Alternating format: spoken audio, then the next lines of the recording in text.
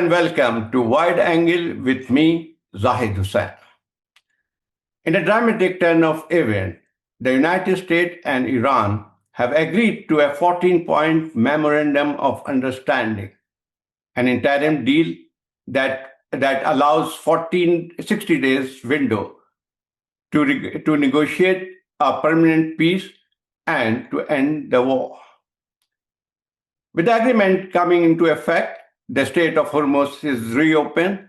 The United States has lifting its naval blockade, and the pressure on the global economy has also started receding. But the process is tentative. The lots of obstacles are ahead. How the negotiations unfold, one question is hard to avoid. Has the United States lost yet another war of its choosing?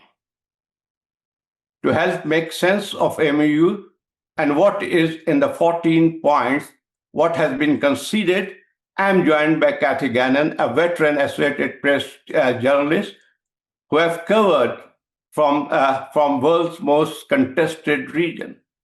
How are you, Kathy? How are you doing today? Very good, Zahid. I think you summed it up very well. Well, actually, it's a quite amazing document. Have you? I think you have all gone through it. This, when I read it, I could not believe that Trump has agreed to sign on this document, and because he had always been declaring victory and claiming that Iran has already surrendered.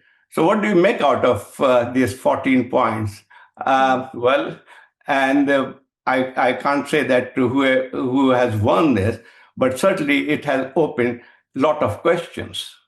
I think you're absolutely right, Zahid. I think first, of course, it's a memorandum of understanding. So as you said, it's a 60-day window. Anything can happen in that 60 days. But really what's quite interesting is there's 4 points in this memorandum of understanding that begins immediate implementation and then can change and become more definite. And one of the key ones that the United States has agreed to, and while you're very right when you say nobody can be declared a winner yet, I think really, given that the war was started by the United States and Israel, I think it's quite fair to say that certainly Iran has come out on top in this memorandum. And one particular, again, it's those particular points, and one particular one that says that immediately upon signing the memorandum of understanding, not after 60 days, but immediately, that these sanctions, the waivers will be issued by the United States on the transport of Iranian oil, petroleum products, but also associated services, including banking transactions. That's very significant. I think everything. Yes. So it's very interesting for those 4 points that become immediate on the signing of the memorandum of understanding. The others are all negotiable, whether it's the long-term fate of the Strait of Hormuz or the long-term agreement on nuclear. But I think, as you rightly said, you can't say who has won because fighting, of course, could start any minute. Trump can change his mind, but both countries are selling it as a win. But I think if you go through the memorandum, clearly Iran is in the driver's seat right now, I think. Anyway. Sure. I think probably Iran could not have asked for more.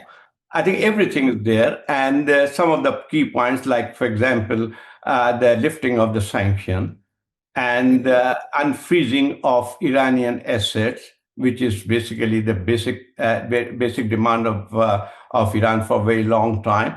And the most interesting is that the $300 billion would be invested in Iran. So I think probably the war has, in fact, actually, yes, a lot of destruction in Iran. Iran has lost quite a lot, no doubt about it. But at the end of the day, it seems that the agreement shows that it's back to the status quo, back to the situation which existed before the war started on 28th of February. And because, it's very interesting that the Strait of Hormuz, the reopening of the Strait of Hormuz became the key point which Yeah. this problem did not exist before the war started. And all those issues, like for example, when was not sure what the real objective was, because Trump has always been shifting its objective. Initially, he said that the purpose was Yeah. to change the regime, then basically to force Iran to abandon its nuclear program and all sort of thing. Now, basically, he's prepared to give in everything. So Yeah. I think Kathy, one thing is also very interesting. Some of the symbolism is also very interesting. Yeah, did you watch the signing of this interim or 14-point interim deal at a dinner with Yeah. With the Macron, G7. and it happened at Versailles, and it reminded people of 1919, Versailles deal of Versailles. It was basically a standard deal for the Germany, which had lost the war, and Mhm. there too, yeah, Trump was signing this deal. So Yes, I interesting. wonder if that symbolism was lost on him or not. It's interesting to know just how much Trump knows of history. But yes, exactly. I think there's so much in this memorandum of understanding that it seems difficult to move forward on. The 300 billion, as you said. I mean, it's really quite extraordinary. But also his pulling in the Gulf states to take a large share of that burden of the reconstruction and economic development of Iran. I mean, really, what are the sheikhs of the Gulf going to think? I mean, they got caught up in this war. They weren't party to the decision to go to war, even if some of them might have wanted to. And now they're being told they're going to have to pay billions of dollars to Iran. And the United States really wasn't much of a help when they were being attacked by Iran.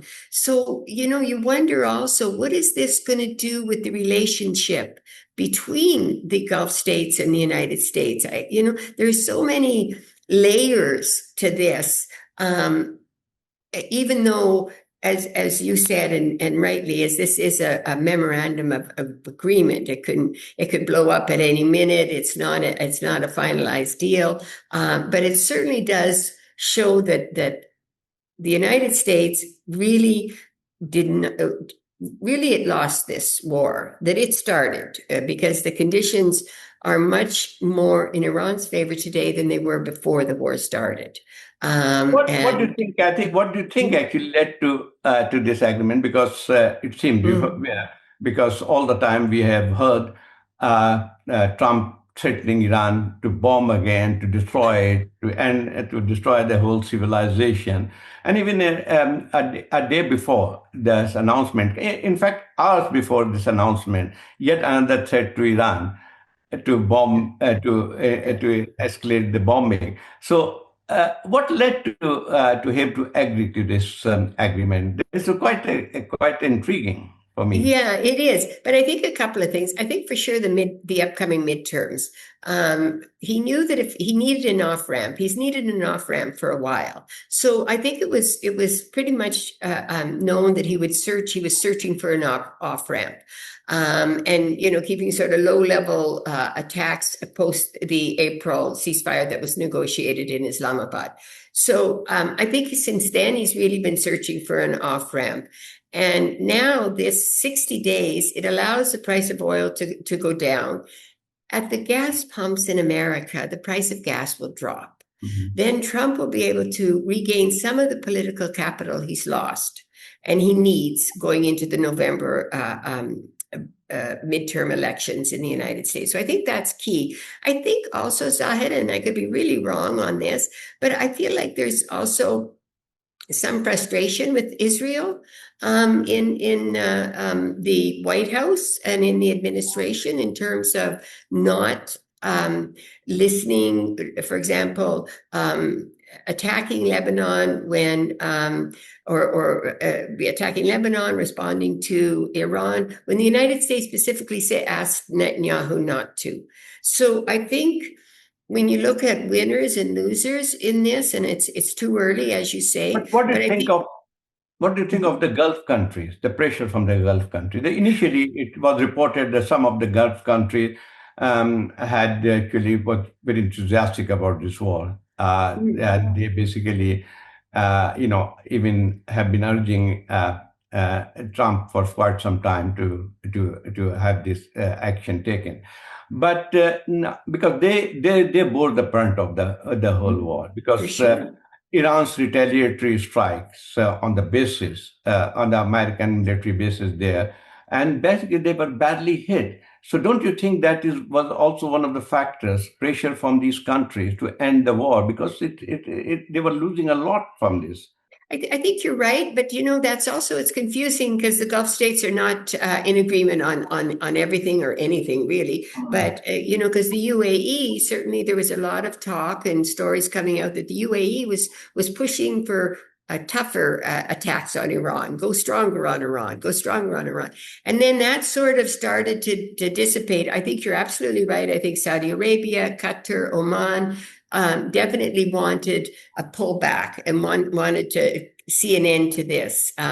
But I don't think they were necessarily in agreement. But as it continued, I think as you said, I think they all came to the decision that they were suffering the brunt of it. But now this memorandum of understanding Mm. lumps them with all this money that they have to Absolutely, pay. absolutely. Yeah. It's and first they suffered during the So war. Trump is making them to pay for whatever for his Yes, blunders.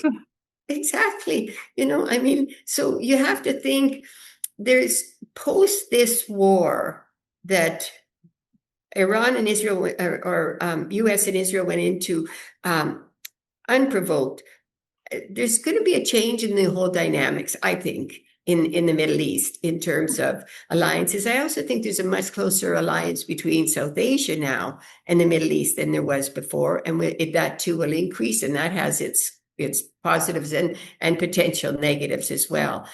So yeah, I think, and also Israel, Zahid. I think if anyone comes out not the winner, if you want to say loser, but not the winner, certainly, I think it's Israel, because if you listen to J.D. Vance in his statements Oh yes, it was a just today, it was quite surprising. I never heard an American leader, it's, such as catching criticism of Israel. Never happened before. Have you heard yes, anything before of you're this sort? absolutely, you're absolutely right. And Publicly, yeah, maybe actually. publicly, Hmm. publicly, and to say you cannot kill everyone to solve your security problems. I mean, that is really That a is really something. significant statement to say Yes. when you look at how Israel has been dealing with its security concerns. It has been simple and straight elimination of people, elimination of Palestinians, elimination of Lebanese. So I think there's a So, real, for the so first I think time, this also reflects the growing frustration within the United yes. States on Israel actually going its own way against the international protest from the international community also that has been going on. And also, is it something to do with the public opinion in the United States? Because if over the last, if you have seen the opinion polls, I know it never happened before. The anti-Israel or criticism of Israel is growing, and Mhm. 60% of the opinion poll says, and it was very unpopular war too. So yes, actually, I think probably it is. I will not say the worst moment in Israel-American relation, but certainly a very difficult period. But given the kind of this Zionist lobby in United States, it's very powerful. I know its influence on the American power structure is so deep. So despite all those problems, I know obviously there's no openly blasting each other, and particularly some of the statements coming out from the Israeli cabinet ministers are quite Mhm. harsh. Americans, which never Yeah. actually was expected from this. Netanyahu has kept quiet, but certainly some of his reaction says a lot. So yes, that could be one of the factors, but I doubt it very much that despite all this friction, a complete rupture is still possible. I don't think so. Yeah, I agree. I think you're absolutely right. I don't think there'll be a complete rupture, and I don't think either side wants that there should be a complete rupture. But I certainly think that it leaves Israel on the back foot. And because this memorandum of understanding as well, Zahid, it also talks about future removal of U.S. Facilities and military power from a distance from Iran. And so that's also very significant. And that's why I think post this, should an agreement be reached in 60 days, and that's a big if an agreement is reached in 60 days, but if it is, I think the whole dynamics is shifted. And I think that's very interesting. And so while I agree with you, I don't think a complete rupture between Israel and the United States is possible, nor does either of them want it. But I certainly, and I certainly think, though, for the first time, and the U.S. is the biggest supplier of weapons to Israel. I think for the first time, it certainly has to make Israel stop and think. But Netanyahu has also shown that he's willing to go at his own, at least as far as he can. And also, I think, too, Zahid, from everything that I've read and seen and understand, there is a great deal of support in Israel for the war in Iran and also for That's right. Lebanon. That's right. So I think From that, both sides, from yes. the opposition as well. Actually, yes. Yes, from the opposition as well. And so I think that really going into the election could play to Netanyahu's favor, because if the Israelis think that, listen, now's not the time to go with someone else, because we're being weakened by the United States, it might give Netanyahu more advantage going to the election. Might not. It might be the opposite. They say maybe we should get someone new in that can maneuver America better. But I think it does open up the door for a lot of discussion inside of Israel as well, because I think But again, despite this, you are right, actually, that Israel is on back foot. And obviously, it sees the whole agreement, is against whatever the objective they had. They wanted Iran to be completely destroyed. So none of those things happened. And yes, there may be actually a lot of resentment in Israel, but still, actually, it can play a spoiler's role. Look, actually, one thing is very interesting in the memorandum of understanding is that Iranians have been able or succeeded in getting Lebanon issue linked with the overall peace deal. So, but the day which the deal was announced, Israel has escalated its attack on Lebanon. Even yesterday, today is Friday, and the talks are supposed to be starting today. I think probably it's postponed for a day or two.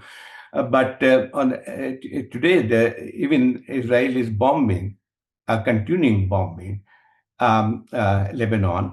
And I think probably I've seen some of the statement coming out from Iran that they are saying that if this bombing is not stopped, they are not going into negotiations. So it's still actually it's a ifs and buts, and still not sure that the talks will start soon.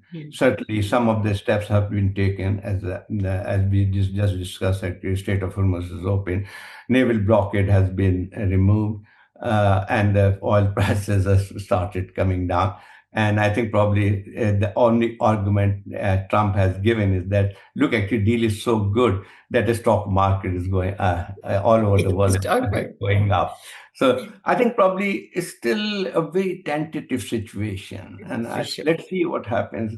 The other problem with this deal is that public opinion largely, and a majority of Americans were opposed to this war from the very outset, but but now he is under attack on this deal from both sides. The people who have been opposing that war from the very outset, from the very beginning, and they have been saying that it is a futile war, and from the hardliner, the hawks, who wanted actually the Iran to be completely destroyed. They were supporting Trump's war on that. They have also turned against the deal. And some of the statement you must have seen Leslie Graham's statement, and senator who has been the biggest supporter of Trump and also biggest supporter of war. He's also come out with this scathing criticism of the deal. So this is going to be a hard thing for Trump. Even if you had just mentioned about this elections, which are midterm elections, which are coming in November, that was one of the factors why Trump agreed to this deal. But on the other side, if you see that this kind of attack from all sides, don't you think it will further weaken Trump's position in the midterm elections? Well, Zahid, America's a funny place, and I don't mean that negatively or positively. I just mean, that criticism, things change so quickly. Once the prices come down at the gas pumps, conversation moves on to something else. Trump has been able to get elected twice. He changes the reality in such a way that all his supporters, even those critical, have to come on board. Look at the Republican contests for those who will be running in the midterms. The primaries. Those who Yeah. defied Trump lost. Hmm. Those whom Trump supported, by and large, won, and that was during the war, just in the last few months, as the Republican. But Sorry. those actually primaries were largely Republican within the Republican Party. So Yeah, you are but right don't. actually that he has not lost much support within the Republican Party. But overall, I mean, like when you took the primaries are basically take place within the Republican ranks. But overall, actually, the Americans, the support of the common American. Yes, I don't know. I honestly think that it's impossible to predict. It doesn't seem, if you Mm. look at it logically and reasonably, given dissent in that, you would think you will lose the midterms big times. But I just don't think it's possible to predict that, because once the prices go down at the gas pumps, and it looks like there's a little bit of an easing on food prices, or then people will start to forget. The midterms don't happen until November, unless the war starts up again. And also, the politicians on all sides are against Iran. So, I mean, if he went back to war with Iran, would that help him? Would that not help him? At the end of the day, it's often about money and who commands the control of the money. And Mm. so I think it's almost impossible to predict, really. Yeah. The midterms. I think given everything that and the dissent, you wouldn't think he would do well. But I don't think that's a given, quite honestly. That's And right. Zahid, it's been incredible that the opposition from the people of many of the countries has been quite great to the war in Iran, yet, Even and his to Western Israel's allies did action. not support him. But the leaders. America's Western allies even did not support him. It's the first time actually that America was completely isolated and in a war. Sure, So for sure. But I mean, even though the people are opposed, the leaderships don't seem to be responding. I that's mean, right. look at the people's opposition in most countries to what's going on in Gaza. Yet you don't see a response from the leadership of the countries. That's it. So, that disconnect between the people and the leadership seems quite stark, quite honestly. Anyway, all that to say that I think it's really hard to predict, but I think the midterms, Trump really needs to regain political capital, and I think he's hoping this will help him regain political capital. Coming back to this in the Middle East, you just Yeah. mentioned about changing dynamics in geopolitics of Middle East in post war situation. Because yes, actually, like all the Gulf countries, there are almost actually more than a dozen U.S. military bases in the region. 50,000 American troops are based there. But despite all that, because the Gulf countries have been buying security by Mhm. providing Americans billions of dollars, But basically, in fact, actually, when it comes to the attack, uh, they America failed to provide any security. In Yes, fact, actually, in exactly. some situation, American security, cover or umbrella to these countries make them much more vulnerable than actually Yes. secure. And I think probably that is the lesson, and that's one of the reasons you also mentioned earlier, is that why the Gulf countries have agreed to provide $300 billion. One of the reasons is that Yeah. they don't trust America anymore, and I think probably there's a process of rapprochement, which is very much evident now between Iran and the Arab countries. Yeah. So that will make actually completely, also force the Gulf country to rethink about their security arrangement in the post-war. Can I ask you a question now? Yeah. Which brings me to this question, because this for me is really interesting. If you look just before the signing, Mhm. the head of the armed forces for Lebanon, Bahrain, Right. and Turkey came to Pakistan. The Lebanese have not sent a head of the military or any military representative to Pakistan in more than 2 decades ahead. So, what do you think? And that's where I was saying about, the intertwining of the Middle East and South Asia has really been escalated, and the shift is really stark for me since the Iran war. And what do you make of all these visits, and particularly the head of the Lebanese armed forces?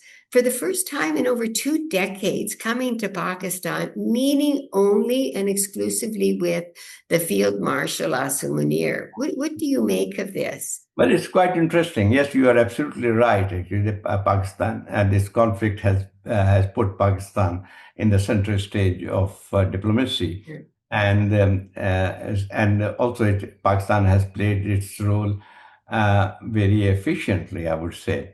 I mean, the balancing act it did, because on the one side, the present government has developed a very good rapport with Trump, personal rapport rather, and their relations with Iran has also been quite good that way. They have already entered into a defense deal with Saudi Arabia. There may be some kind of problems with UAE, Hmm. but overall, actually, Pakistan has emerged as on the center stage, particularly in the Middle Eastern politics. Well, yes, actually, that in the post-war situation, Pakistan could play a very important role. In But security? You think they could be yes, drawn there's into also providing talk security? about there is also talk about nets for Pakistan become provider of net security provider in the region. Well, actually, yes, Pakistan is the only country which is a Muslim country, nuclear armed Muslim country. That's a fact. Pakistan has a strong army. But I think it will not be advisable for the country to have this kind of outreach. That it never helps. It's good thing actually to have a good relation with all those countries and have some kind of even defense pact with Saudi Arabia is not a bad thing. But basically to even have this ambition of becoming a net security provider will not help the country very much, because Pakistan's major problem is basically to stabilize the economy, stabilize its political situation. A lot of other challenges Pakistan is facing at this point. So we must try to have some kind of you know or benefit from out of this situation, but certainly the focus should be internal situation. Yeah, very So interesting. it's slightly different. Actually, we have moved from Yeah, that yeah, issue. yeah. So It's very yeah, interesting. I mean, the yeah, whole thing is, yeah. So I yeah. think probably let's sum it up. The whole discussion, we have gone from one side to other. To one thing, actually, like let's discuss. Actually, there is the peace. The process is still very tentative, as we have seen. For sure. And there are so many obstacles in the way. Israel's action is one of them. So 60 days is basically, at least it's provided some kind of respite. The tension has eased. That's a very good thing. And I think probably the world have taken a sigh of relief, Mhm. at least. Um, but it's going to be very hard to keep the negotiating going on, uh, particularly given the Lebanon situation. That's one of the things. The nuclear, no, is one of the major sticking point is the nuclear issue that has always been there. But I don't think if America is agreed or basically is interested in some kind of deal. Iran has always taken this position that it's not going to have a nuclear weapon. That's a stated Yes. policy. And I think in the past too, they have reached an agreement with the United States, the 2015 JCPOA, which was, I think, probably the best agreement they had reached. No, Trump has been very critical of that agreement. He pulled out America from that agreement in the first term, and he's always said that he's going to get a better deal than JCPOA. But do you think it's possible for him? I think probably he has to actually just take whatever is could be achievable, and that's basically the best thing to go back to JCPOA type of agreement. Yeah, I think he'd be lucky if he gets that deal back. I think Mm, Iran is in a different position today, and it seems that they're able to, or they're looking for mm. more concessions. So you're absolutely right. I think that was the best deal back then that he ripped up in 2015. But I think he'll be lucky if he could get such a good deal at this time. I think that Iran feels a little bit more stronger, a little bit more in the driver's seat. So yeah, no, I think you're very right. I think this war and going into this war has been what every president before him understood a big mistake, and I think that he. Netanyahu found Israel's been trying for 20, 25 years to get a war with Iran, and finally they found a president that would go along with it, and but I think that really the repercussions are much as a lot of people would have suggested would have been. And so I think what you said at the very beginning about it's hard to say who the winner or losers, but I think the big question is has America lost another war? Yeah. And I think the answer might be closer to yes than no. Yeah, that's a bit depend, but basically, it has failed to achieve any objective. They were always shifting when was not very clear what was the main objective to going to war. Nevertheless, actually, it has achieved nothing. I think but again, we have discussed a lot about Americans and what the implication for America be after this war. But what do you think of Iran now? Iran has I, lost, I mean, like, yeah, very massively, its infrastructure is destroyed. But it has come out of this conflict, don't you think, much more stronger than ever?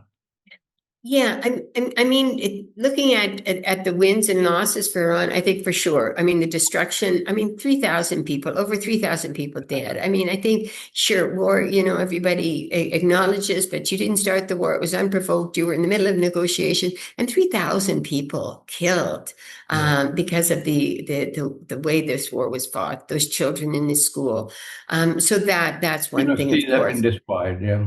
Hmm? Universities have been You destroyed. Everything. universities destroyed, of course, and so there's that. But also, I think for Iran, on one side, I think I'm not so sure that the new leadership. I feel that Mustafa, the son of Is much more closer to the Revolutionary Guards. I think the Revolutionary Guards are much stronger today than they were before in terms of decision making and direction of the country. How that plays out is difficult to know, but certainly the human rights and women's rights and the rights of prisoners, the rights of demonstrators.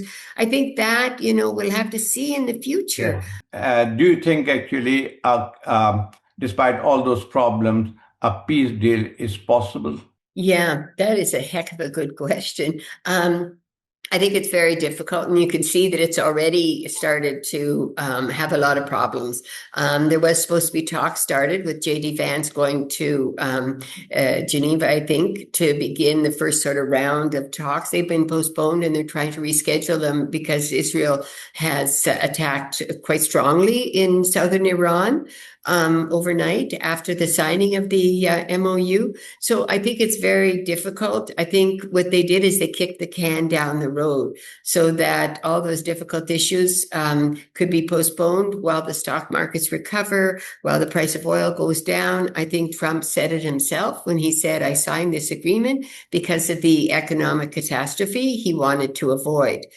Not saying that he started it in the first place with starting this war, but so I'm not sure that any of the detail, the devil is always in the detail, but I think coming to an agreement, Zahid, is very difficult because those issues that are very difficult are no less difficult today. And also Israel, as you said so rightly, the possibility of it being the spoiler, I think, is showing itself already in South Lebanon. So I think there are tremendous obstacles ahead. It's a minefield, and I think that it's much the status quo of post-April 8th ceasefire that was negotiated in Islamabad. Let's see how it goes. They're talking on issues that are extremely difficult. They don't have Israel on board.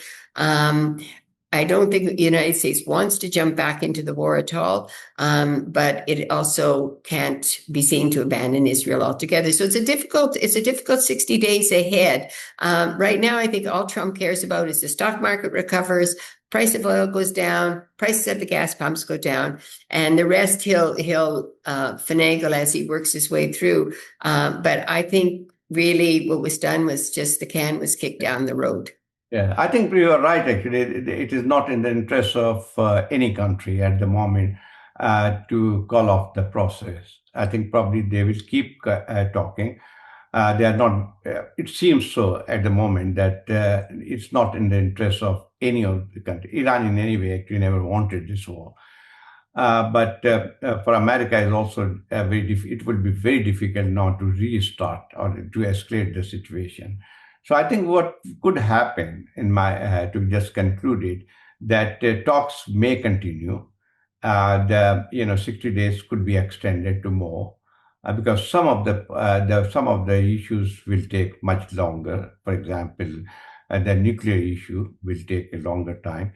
But I think how I see the situation is that it will the talks will continue for a very longer time. There's no possibility at the moment of a final agreement being reached very soon.